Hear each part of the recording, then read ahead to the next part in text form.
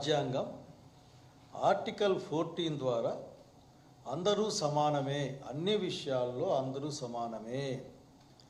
ఎన్నికల్లో పాల్గొనడంలో ఉన్న హక్కుల్లో సమానమే, న్యాయాన్ని పొందడంలో సమానమే, అవకాశాలని పొందడంలో కూడా సమానమే అని డాక్టర్ బాబాసాహెబ్ అంబేద్కర్ నాయకత్వంలో వచ్చిన భారత రాజ్యాంగం చెప్తుంది. ఇందరికి అమలు అవుతారు.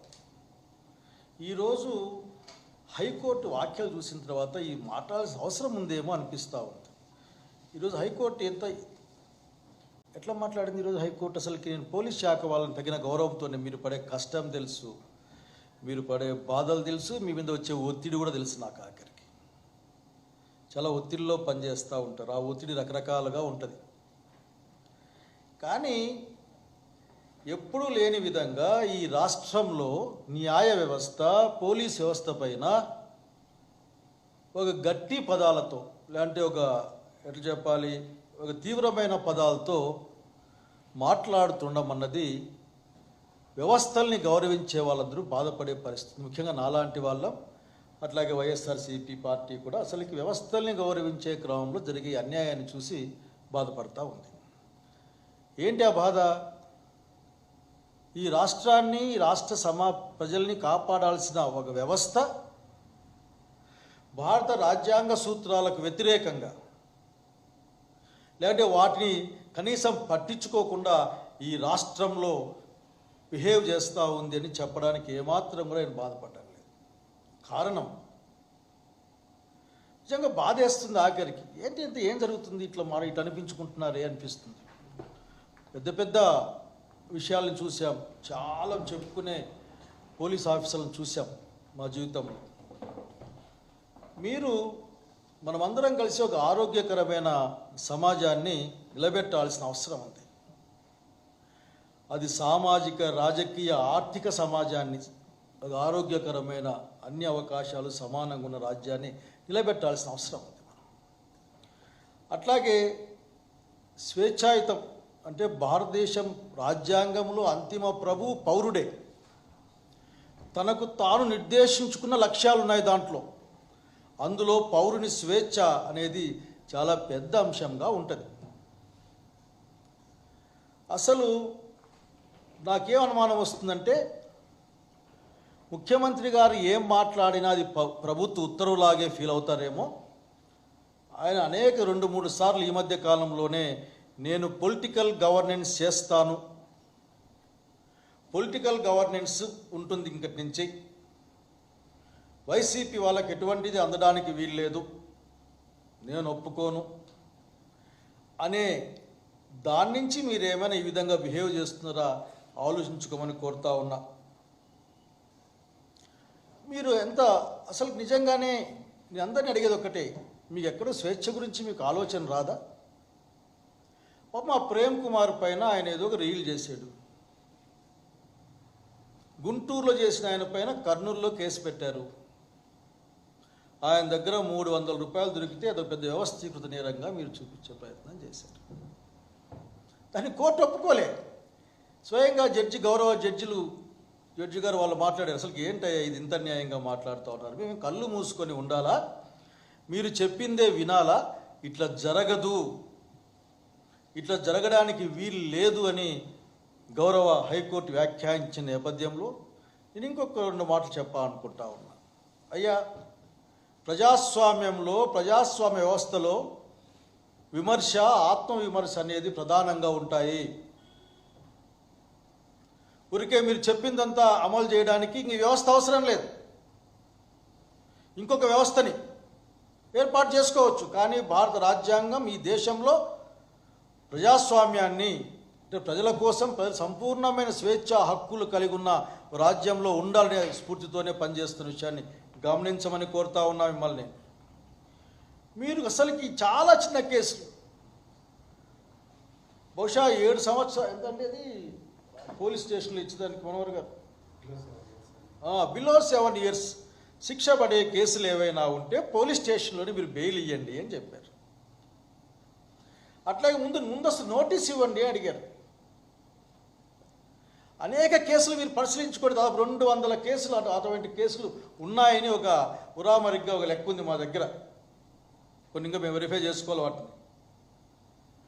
మీరు 41A నోటీస్ ఇచ్చిన తర్వాత అతను ఏమైనా ఆ నోటీస్కి రెస్పాండ్ కాకపోతేనో లేక దాని నుంచి పారిపోయే ప్రయత్నం చేస్తేనే అతన్ని మీరు నిర్బంధంలోకి తీసుకోవాల్సిన అవసరం ఉంటున్న విషయాన్ని మీరు మర్చిపోతే ఎట్లా? ఎవరిని ఏమనరు ఆఖరికి.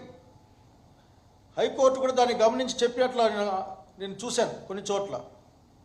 ఎవరి కోసమో, ఎవరి మెప్పుదల కోసమో, రాజ్యాంగానికి వ్యతిరేకంగా, పోలీస్ మాన్యువల్కి వ్యతిరేకంగా, లేక సంబంధిత ప్రొసీజర్స్ అమలు చేయకుండా ఉంటే ఫైనల్గా అందులో ఇరుక్కుపోయేది మీరే. ఎవరు పట్టించుకొని హైకోర్టు వ్యాఖ్యానించినట్లు నేను చూశాను.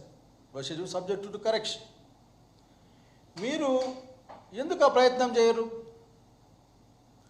ఒకే కంటెంట్ ఉన్న కేసులకి అనేక ఎఫ్ఐఆర్లు పనికిరావు. అవన్నింటిని కూడా ఇంప్లీడ్ కావచ్చేమో కానీ అనేక కేసులు పెట్టాల్సిన అవసరం లేదని సుప్రీంకోర్టు ఇచ్చిన సూచనను కూడా మీరు పరిగణలోకి తీసుకోరే. భారతదేశంలో ఉన్న ప్రజలందరూ కూడా న్యాయ వ్యవస్థ పైన, న్యాయ వ్యవస్థ కల్పించే రక్షణ పైన అత్యంత నమ్మకాన్ని, విశ్వాసాన్ని కలిగి ఉన్నారు. అరెస్ట్ చేయొద్దండి అని చెప్పినా సరే అరెస్ట్ చేసిన కేసులు ఉన్నాయి ఇక్కడ. అది కాకుండా ఇంకోటి పెట్టి అదేదో పీటీ వారెంట్ అని. ఏంటిది అంటే ఒక ప్రణాళికాబద్ధంగా ఎక్కడి నుంచో, అది అంతరిక్షం నుంచో లేక ఇంకొక దగ్గర నుంచో మీకు సూచనలు వస్తే చేశారని ఆంధ్రప్రదేశ్ రాష్ట్ర ప్రజలు భావిస్తూ ఉన్నారు. ఇది మీ వ్యవస్థకు మంచిది కాదు. అట్లాగే నిజంగానే మీరు చేస్తున్న పని వ్యవస్థలో భాగంగా నేను మీ గురించి మాట్లాడుతూ ఉన్నా. ఒకానొక సందర్భంలో గౌరవ హైకోర్టు డీజీపీ గారి పోస్టు పై ఉన్న గౌరవం కొద్దీ మేము మాట్లాడడం లేదనే విధంగా కూడా మాట్లాడిన సంగతికి నేను గుర్తు చేసుకుంటా ఉన్నా. కనుక దయచేసి మీరు రాజ్యాంగాన్ని, పోలీస్ మాన్యువల్ని గుర్తించండి, గౌరవించండి.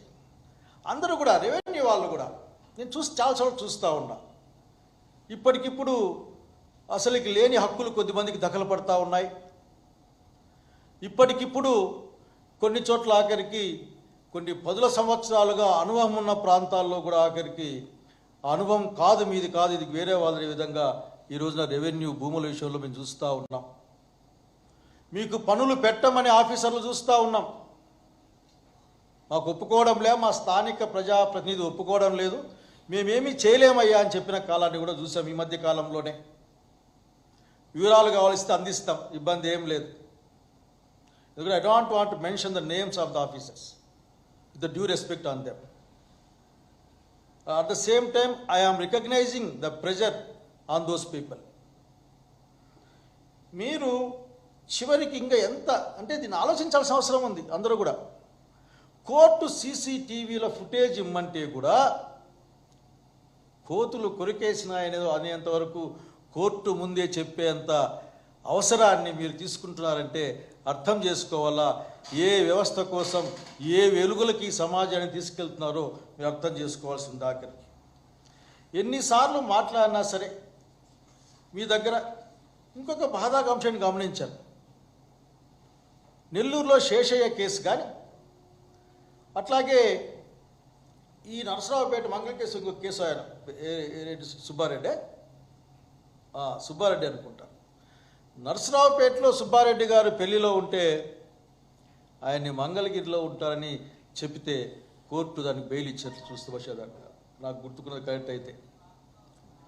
కనుక మీరు అర్థం చేసుకోవాల్సింది ఆఖరికి ఎవరి కోసం చేస్తూ ఉన్నారు, దేనికోసం చేస్తున్నారు, ఈ సమాజాన్ని ఎక్కడికి తీసుకెళ్దామని చేస్తూ ఉన్నారు. అసలుకి మీరు మాట్లాడితే బీఆర్ఎస్ 3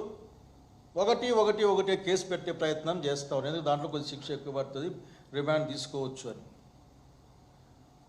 అదేందో ఆఖరికి ఆ చట్టాన్ని సవరించండి మీరు. ఇంకటి నుంచి భారత పార్లమెంటుకు ఆంధ్రప్రదేశ్ రాష్ట్రం నుండి ప్రభుత్వం వారు మేము బీఆర్ఎస్ 111 అనేది ఈ విధంగా ఉంటే మాకు నచ్చడం లేదు, దీన్ని మేము చెప్పిన విధంగా మార్చండి అని మీ ఎంపీలతో మాట్లాడించండి అక్కడ. అప్పుడేమో చట్ట సవరణ చేస్తే